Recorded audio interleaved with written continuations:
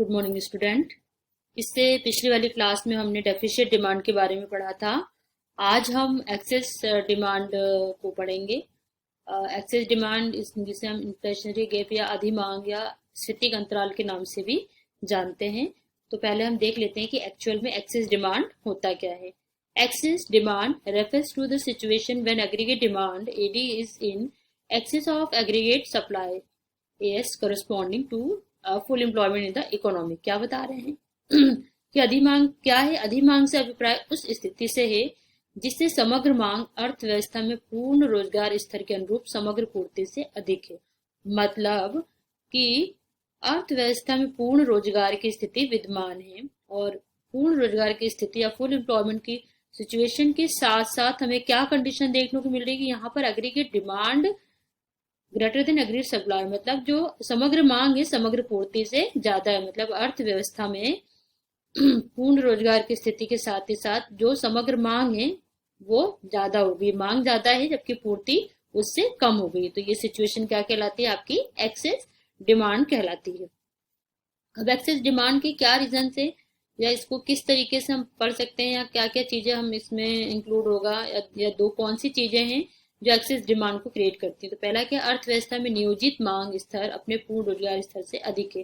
क्या बता रहे हैं कि जो प्लान्ड इकोनॉमी है या प्लान्ड एग्रीगेट डिमांड है, जो हमने प्लान किया है कि एग्रीगेट डिमांड जब उससे एक्चुअल डिमांड हमारी क्या हो जाती है, ज्यादा हो जाती है। हमने मांग किया, हमने ये प्लान किया है कि अर्थव्यवस्था में 10,000 डिमांड होने वाली है, लेकिन यहाँ पर एक्चुअल जब हम देखेंगे तो एक्चुअल में कितनी डिमांड हो गई, लोगों ने कितना डिमांड कर दिया, 12,000 का। तो ये वाली सिचुएशन क्या कहलाती है कि फुल एम्प्लॉयमेंट की कंडीशन में जितना हमने प्लान किया है उससे जब ज्यादा डिमांड हो जाती है तो वो क्या कहलाती है, वो एक्सेस डिमांड की कंडीशन को क्रिएट करने का काम करती है। अगला है समग्र मांग का स्तर पूर्ण रोजगार के लिए आवश्यक समग्र पूर्ति से अधिक है। मतलब कि जो एग्रीगेट डिमांड है, एग्रीगेट डिमांड जब एग्रीगेट सप्लाई से ज्यादा हो जाती है तो उस स्थिति में क्या होता है, एक्सेस डिमांड की स्थिति उत्पन्न हो जाती है। अब हम एक्सेस डिमांड को एक कर्व के थ्रू समझेंगे कि किस तरीके से हम एक कर्व के थ्रू एक्सेस डिमांड को बता सकते हैं। तो ये आपका ओ एक्सेस है जिसमें आपका नेशनल इनकम गिवन है, आई गिवन है और वाई पर आपका एग्रीगेट डिमांड गिवन है। यहाँ पर हमने पहले भी देखा था कि जो हमारा जीरो से जो एक एंगल बन रहा है हमारा ये 45 डिग्री का, ये जो आपका है ये इसको हम एग्रीगेट सप्लाई या ये इसको हम इनकम लाइन भी कहते हैं। ठीक है।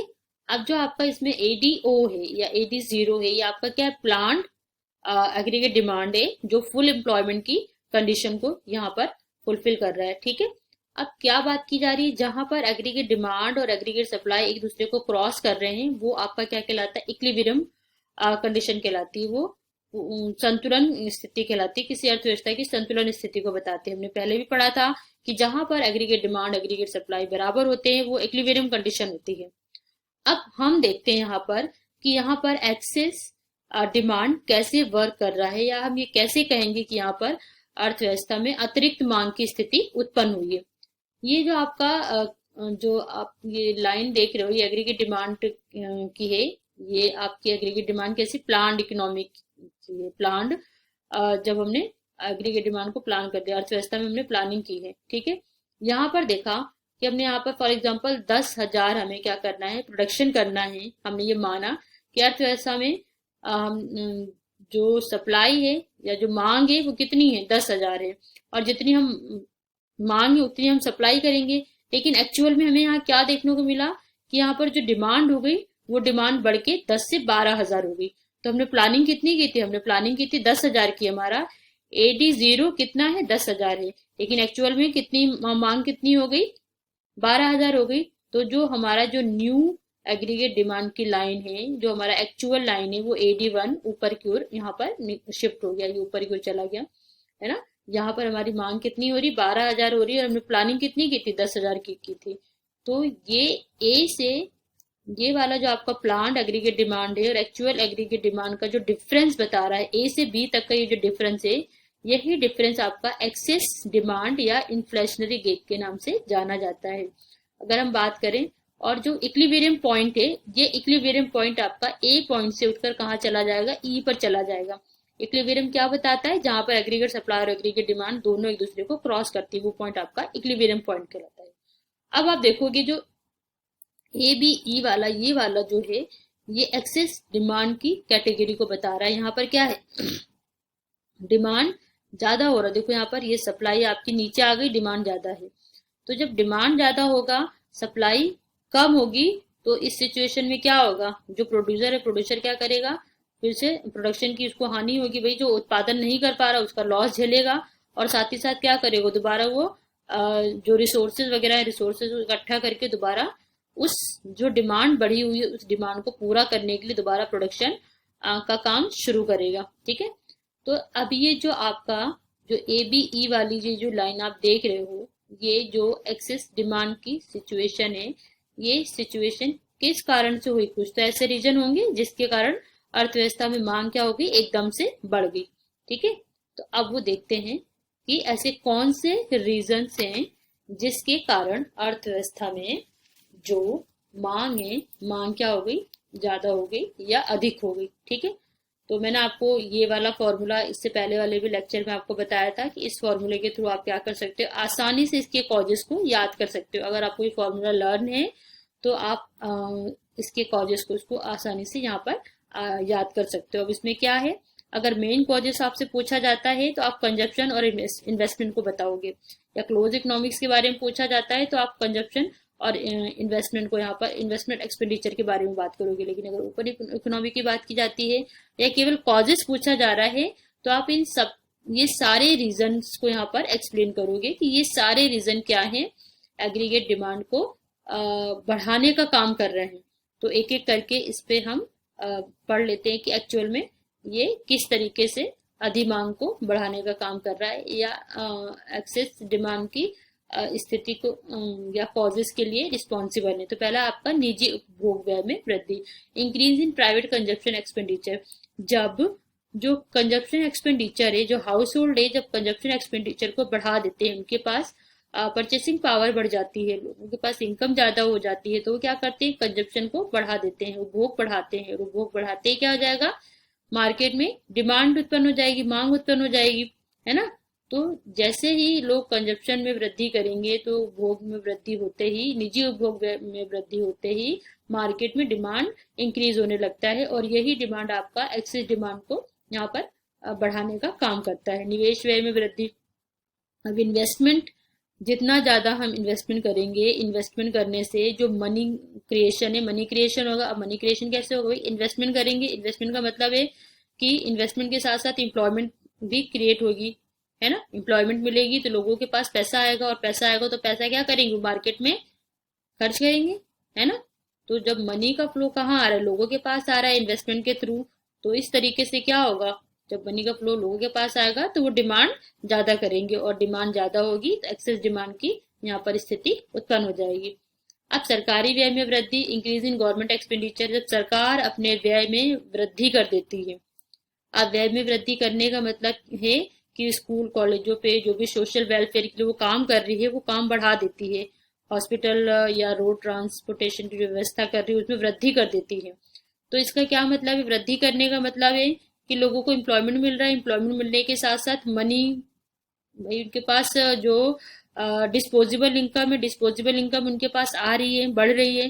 तो जब आय बढ़ेगी तो आय बढ़ने के साथ साथ वो क्या करेंगे? डिमांड ज्यादा करेंगे। तो जब सरकारी व्यय में वृद्धि होती है तो वृद्धि होने के साथ साथ तरलता बढ़ता है। तरलता की जो स्थिति है, लिक्विडिटी की जो स्थिति है, वो इकोनॉमी में क्या होने लगती है? बढ़ने लगती है। और जब लोगों के पास पैसा आएगा, तरलता बढ़ेगी, तो वो मांग अधिक करेंगे। ठीक है। अब निर्यातों में वृद्धि, निर्यातों में वृद्धि होने का मतलब कि हमारे देश का सामान की डिमांड अचानक से इंटरनेशनल मार्केट में बढ़ गई। तो इंटरनेशनल मार्केट में बढ़ने का मतलब है कि हमने एक्सपोर्ट को बढ़ा दिया। तो एक्सपोर्ट बढ़ेगा तो पैसा कहाँ आ रहा है? वो पैसा हमारे देश में आ रहा है। तो मनी का जो मनी क्रिएशन या मनी क्रिएशन बढ़ गया, पैसा कहाँ आ रहा? पैसा, जो मनी का फ्लो है, मनी का तरलता हमारे यहाँ बढ़ गई। तरलता बढ़ते ही डिमांड यहाँ पर ज्यादा होने लगेगी। आयातों में कमी, आयातों में कमी का मतलब है कि जो हम बाहर से सामान अपने देश में मंगवा रहे थे, वो क्या हो रहे थे, उसमें हमने कम कर दिया। कम करने का मतलब है कि अब हम क्या कर रहे हैं? प्रोडक्शन हम अपने देशों में ही कर रहे हैं। तो आयातों में कमी करने से भी डिमांड क्या होने लगती है, बढ़ने लगती है। टैक्स की दरों में कटौती, जब गवर्नमेंट जो टैक्स हैं टैक्स की दरों में कमी करती है तो लोगों की डिस्पोजेबल इनकम यहाँ पर इंक्रीज हो जाती है, और जैसे ही लोगों की इनकम इंक्रीज होगी वो उस बढ़ी हुई इनकम से डिमांड करना शुरू कर देगा। तो ये आपके रीजन हैं जो क्या करते हैं, मांग को बढ़ाने का काम करते हैं। ठीक है, अगर इसमें क्या करती हैं, बढ़ोतरी होती है, जैसे कि आपके क्या क्या रीजन, क्या क्या कॉजेस हो सकते हैं जो अधिमांग या एक्सेस डिमांड या इन्फ्लेशनरी गैप को बढ़ाने का काम करते हैं। एक तो आपका जो कंजप्शन एक्सपेंडिचर है वो बढ़ रहा है, इन्वेस्टमेंट बढ़ रहा है, गवर्नमेंट एक्सपेंडिचर बढ़ रहा है, आपके एक्सपोर्ट बढ़ रहे हैं, टैक्स की दरों में कटौती और आयातों में वृद्धि। मतलब सीधी सी बात है, जो लिक्विडिटी है, जो मनी का फ्लो है, अगर मनी का फ्लो मार्केट में जा रहा है, लोगों के पास पैसे आ रहे हैं, तो पैसे आने का मतलब है कि लोग डिमांड क्या कर देंगे, इंक्रीज कर देंगे। और डिमांड जैसे ही इंक्रीज होगी तो वो स्थिति क्या कहलाएगी, जो हमने प्लान करके चले थे कि हमारा भी एग्रीगेट डिमांड जो है वो सप्लाई के बराबर होगा। अगर हम 10,000 प्रोडक्शन कर रहे हैं तो 10,000 ही हम सप्लाई करेंगे, तो 10,000 हमारा वहां पर डिमांड होगा, है ना। तो ये वाली जो थ्योरी यहाँ पर फेल हो जाती है, यहाँ पर डिमांड क्या हो जाती है, एकदम से बढ़ जाती है। तो ये डिमांड एकदम से बढ़ने का क्या रीजन है कि मनी का फ्लो मार्केट में आया, जो इकोनॉमी है उसमें तरलता बढ़ गई है, लिक्विडिटी बढ़ गई है। ठीक है, तो लिक्विडिटी बढ़ते ही क्या हो जाएगा, यहाँ पर जो डिमांड है वो डिमांड भी बढ़ जाएगी। अब जो कॉन्सिक्वेंस ऑफ एक्सेस डिमांड और इन्फ्लेशनरी गैप, अधिमांग या मुद्रास्फीति के अंतर के क्या परिणाम निकल सकते हैं, कौन कौन से क्या क्या परिणाम है जब देश की अर्थव्यवस्था में मुद्रास्फीति की स्थिति या अधिमांग की स्थिति उत्पन्न हो जाती है। तो क्या बता रहे हैं, मौजूदा आपूर्ति की मांग का दबाव बढ़ने लगता है। इसमें क्या है कि भाई जितनी सप्लाई हो रही है उस सप्लाई से ज्यादा यहाँ पर डिमांड क्रिएट हो रही है ना। तो आपूर्ति की मांग का दबाव बढ़ता है, मतलब सप्लाई एकदम से डिमांड बढ़ने के कारण सप्लाई पर इस डिमांड का दबाव बढ़ने लगता है। मतलब यहाँ पर जो प्रोड्यूसर होता है, प्रोड्यूसर को और सप्लाई करने का प्रेशर आने लगता है। मौजूदा आउटपुट पर मांग का दबाव बढ़ने से कीमत, जाहिर सी बात है भाई, जब एकदम से क्या हो जाएगा, डिमांड बढ़ जाएगी, लोग एकदम से मांग बढ़ा देंगे और उनकी पूर्ति नहीं हो पा रही है, तो इस कारण से क्या हो जाएगी, सरकार क्या करेगी भाई, कीमत में वृद्धि करेगी। अगर हम एकदम से चीजों की मांग करने लगे हैं, मार्केट में डिमांड बहुत ज्यादा होने लगा है और सप्लाई नहीं हो पा रही है, तो सप्लाई ना होने की कंडीशन में सरकार क्या करती है, हमेशा कीमतों में वृद्धि करेगी। और जैसे ही कीमतें बढ़ेंगी, कीमतें बढ़ने के साथ साथ इन्फ्लेशन की स्थिति विद्यमान होती है। क्या होता है इन्फ्लेशन, इन्फ्लेशन मीन्स महंगाई बढ़ना, कि अर्थव्यवस्था में कीमतें बढ़ने लगी हैं, जो वस्तुएं हैं वस्तुओं की कीमतें बढ़ने लगी हैं। जैसे ही वस्तुओं की कीमतें बढ़ेंगी तो वहां पर इन्फ्लेशन की स्थिति देखने को मिलती है। आगे क्या बता रहे हैं, अधिमांग विद्यमान संसाधनों पर भी मांग का दबाव बढ़ेगा। सही बात है कि जब डिमांड बढ़ेगी तो सप्लाई पर प्रेशर आएगा, सप्लाई पर प्रेशर आने के जो रिसोर्सेज होते हैं, जो सप्लाई को पूरा करते हैं, उन रिसोर्सेज पे भी दबाव बढ़ने लगेगा। इससे जो फैक्टर होते हैं, जो प्रोडक्शन के फैक्टर्स होते हैं, जो कारक होते हैं, उनकी कॉस्ट बढ़ेगी, है ना। कॉस्ट बढ़ेगी क्यों, क्योंकि रिसोर्सेज पर भी दबाव आ रहा है। भी रिसोर्सेज क्या हो रही है, कहीं ना कहीं रिसोर्सेज की कमी हो रही है, तो उसके रिसोर्सेज की कमी के कारण रिसोर्सेज की कॉस्ट भी क्या होने लगेगी, यहाँ पर बढ़ने लगेगी। इससे सामान्य कीमत स्तर में वृद्धि होगी, फिर से दोबारा क्या होगा, प्राइस इंक्रीज हो जाएगी, कीमत स्तर में यहाँ पर वृद्धि होने लगती है। ठीक है, एक स्थिति उत्पन्न हो जाती है जब मजदूरी मूल्य के विपरीत हो जाती है। मतलब यहाँ पर क्या हो रहा है कि जो मजदूरी है, वो जो मूल्य है, मूल्य से यहाँ पर उसके विपरीत होने लगती है, ज्यादा होने लगती है। ठीक है, और इस स्थिति में क्या होती है, आर्थिक गतिहीनता की स्थिति देखने को मिलती है। लेकिन जो इकोनॉमिक स्थिति है वो कहीं ना कहीं क्या होने लगती है, यहाँ पर बिगड़ती हुई देखने को हमें मिलती है। यहाँ पर स्थिति खराब होने लगती है। जो इकोनॉमिक इक्विलिब्रियम कंडीशन है, जो संतुलन की स्थिति, वो संतुलन की स्थिति यहाँ पर क्या होती है, बिगड़ती हुई हमें दिखती है। अगला जो हमारा इसमें पॉइंट है वो है measures of correct excess demand, अतिरिक्त मांग को ठीक करने के उपाय। कि जो अर्थव्यवस्था में एक्सेस डिमांड की सिचुएशन आई है, उस सिचुएशन को हम किस तरीके से ठीक करें, ऐसे कौन से उपाय करें जिसके कारण ये एक्सेस डिमांड की जो स्थिति है ये ठीक हो सके। ठीक है, तो हमने पहले भी डिस्कस किया था कि इसको मॉनेटरी और फिजिकल पॉलिसी के थ्रू हम क्या कर सकते हैं, इसको ठीक कर सकते हैं। मॉनेटरी पॉलिसी क्या होती है, जिसमें जो सेंट्रल बैंक होती है, सेंट्रल बैंक मौद्रिक मुद्रा पूर्ति को क्या करती है, नियंत्रित करने का काम करती है। ठीक है, और सरकार भी कुछ पॉलिसीज वगैरह बनाकर जो मुद्रा, जो अर्थव्यवस्था में स्थिति उत्पन्न हुई है मुद्रा की पूर्ति या मुद्रा की कमी की, उसको नियंत्रित करने का काम करती है। तो सबसे पहले हम देख लेते हैं मेजर्स ऑफ फिजिकल पॉलिसीज की। जो राजकोषीय नीति होती है, राजकोषीय नीति को कंट्रोल करके या किस तरीके से उपाय के रूप में हम क्या कर सकते हैं, इस्तेमाल करके अतिरिक्त मांग को ठीक कर सकते हैं। तो पहले टैक्स, टैक्स के बारे में बात कर लें तो यहाँ पर क्या क्या देखा जा रहा है, यहाँ पर अधिमांग की स्थिति है। मतलब अर्थव्यवस्था में डिमांड एकदम से बढ़ गई है। डिमांड बढ़ने का मतलब है लोगों के पास परचेसिंग पावर बढ़ गई है, लोगों के पास जो खरीदने की क्षमता है वो बढ़ गई है। तो इस स्थिति में मतलब मनी का फ्लो कहाँ हमें देखने को मिल रहा है, मनी का फ्लो मार्केट में देखने को मिल रहा है ना।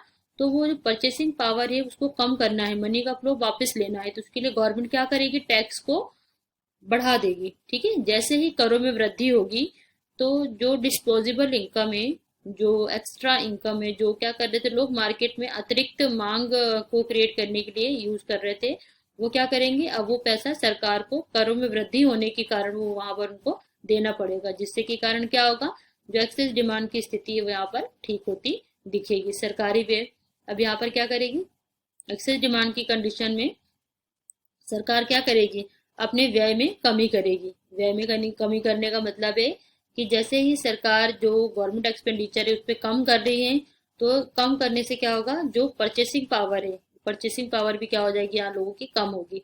क्यों, सरकारी व्यय का मतलब है कि कहीं ना कहीं लोगों को क्या हो रहा है, रोजगार मिल रहा है, या जो मनी का फ्लो है, मनी का फ्लो कहाँ जा रहा है, मार्केट में जा रहा है।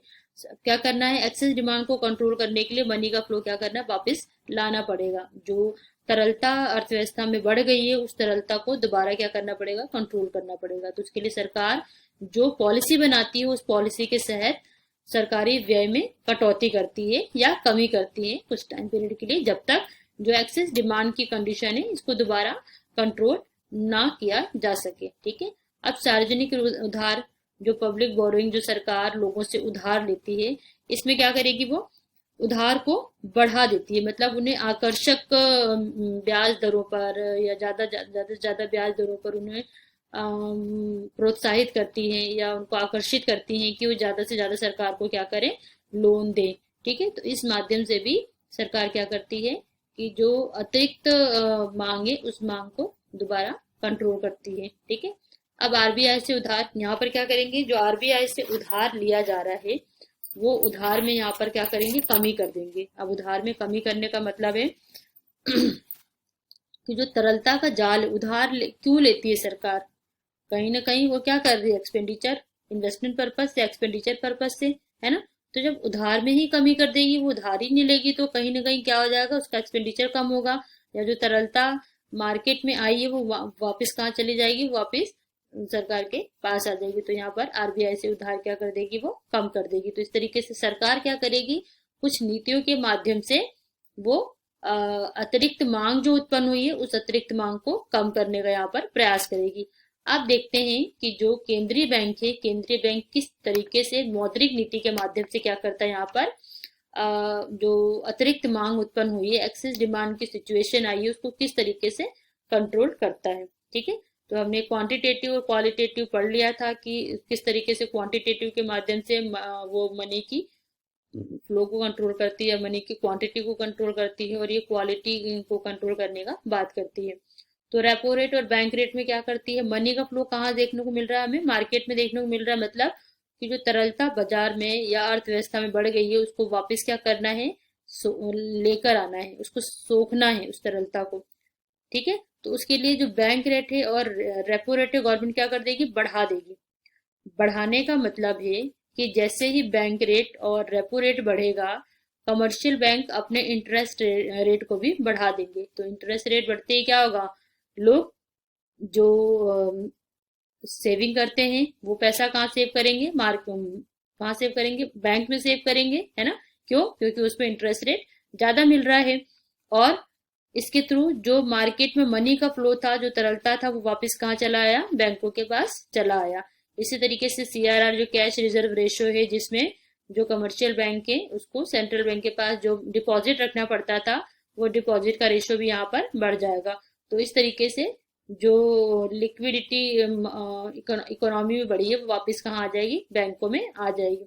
SLR में भी बढ़ोतरी कर दी जाएगी। SLR में भी बढ़ोतरी करते ही जो कमर्शियल बैंक के पास जो लिक्विड रेशियो रखना पड़ता था, वो रेशियो भी क्या हो जाएगा? यहाँ पर बढ़ जाएगा। ठीक है, अब उसे ज्यादा मात्रा में क्या करना पड़ेगा? लिक्विड करेंसी, गोल्ड या जो सिक्योरिटी वगैरह रहती है वो रखनी पड़ेगी। अब ओपन मार्केट ऑपरेशन में क्या करेगी कि जो सेंट्रल बैंक है, सेंट्रल बैंक क्या करेगी? इसमें ओपन मार्केट ऑपरेशन में जो सिक्योरिटी होती है, सिक्योरिटी को क्या करेगी? बेचेगी, है ना। बेचेगी मतलब अब उसे खरीदेगा कौन? कमर्शियल बैंक खरीदेगा। तो कमर्शियल बैंक खरीदेगा तो उसके बदले उसे मुद्रा देगा, मनी देगा। तो वो मनी का फ्लो कहाँ जा रहा है? वो सेंट्रल बैंक के पास जा रहा है। ठीक है, तो इस तरीके से प्रतिभूतियों को बेचकर वो क्या करेगी? मनी के फ्लो को वापिस, जो एक्स्ट्रा लिक्विडिटी अर्थव्यवस्था में आई है, जिसके कारण डिमांड क्या होगी? एकदम से इंक्रीज हो गई है, तो उसको दोबारा कहाँ किया जाएगा? उसको दोबारा बैंकों में लाया जाएगा, या उससे जो लिक्विडिटी है, लिक्विडिटी को वापस यहाँ पर कम किया जाएगा। अब मार्जिन रिक्वायरमेंट या सीमांत आवश्यकता क्या होती है? सीमांत आवश्यकता इसमें बढ़ा देगी। जो लोन लेने की कैपेसिटी वगैरह होती है, उसमें क्या कर देगी? बढ़ोतरी कर देगी। तो जैसी बढ़ोतरी करेगी तो जो सीमांत आवश्यकताएं वो भी यहाँ पर बढ़ने लगेगी। अब मॉरल सिचुएशन या नैतिक दबाव में क्या करती है? नैतिक दबाव में जो सेंट्रल बैंक है वो कमर्शियल बैंक पे ये दबाव डालती है कि जो भी उनके उपाय अपनाए जा रहे हैं लिक्विडिटी को क्या करने के लिए? कम करने के लिए, ताकि जो एक्स्ट्रा डिमांड हो रही है मार्केट में या जो इन्फ्लेशन की स्थिति उत्पन्न हुई है उसको किस तरीके से कम किया जाए, तो उसमें सेंट्रल बैंक का पूर्ण सहयोग दे। तो इस तरीके से उन पे मॉरल तरीके से प्रेशराइज किया जाता है कमर्शियल बैंक पर। क्रेडिट की राशनिंग में भी क्या करेंगे? यहाँ पर क्रेडिट की राशनिंग को भी यहाँ पर इस तरीके से सेट करेंगे कि जिससे कि मनी का फ्लो मार्केट में ज्यादा से ज्यादा ना हो पाए, तो उसमें भी क्या करेंगे? चेंजेस लाएंगे। तो इस तरीके से जो सेंट्रल बैंक है, सेंट्रल बैंक अपने मॉनेटरी पॉलिसी के थ्रू जो एक्स्ट्रा डिमांड क्रिएट हुआ है, उस एक्स्ट्रा डिमांड को कम करने की यहाँ पर कोशिश करेगी। इस तरीके से जब इसको कंट्रोल होगा तो जो aggregate demand, excess aggregate demand की स्थिति उत्पन्न होगी, उसको दोबारा क्या किया जाएगा? ठीक किया जा सकता है। तो इस तरीके से आज हमने क्या क्या आज हमने पढ़ा कि किस तरीके से डेफिशिएट डिमांड और जो एक्सेस डिमांड है वो देश की अर्थव्यवस्था के अंदर उत्पन्न होती है, और उस स्थिति को हम किस तरीके से ठीक कर सकते हैं।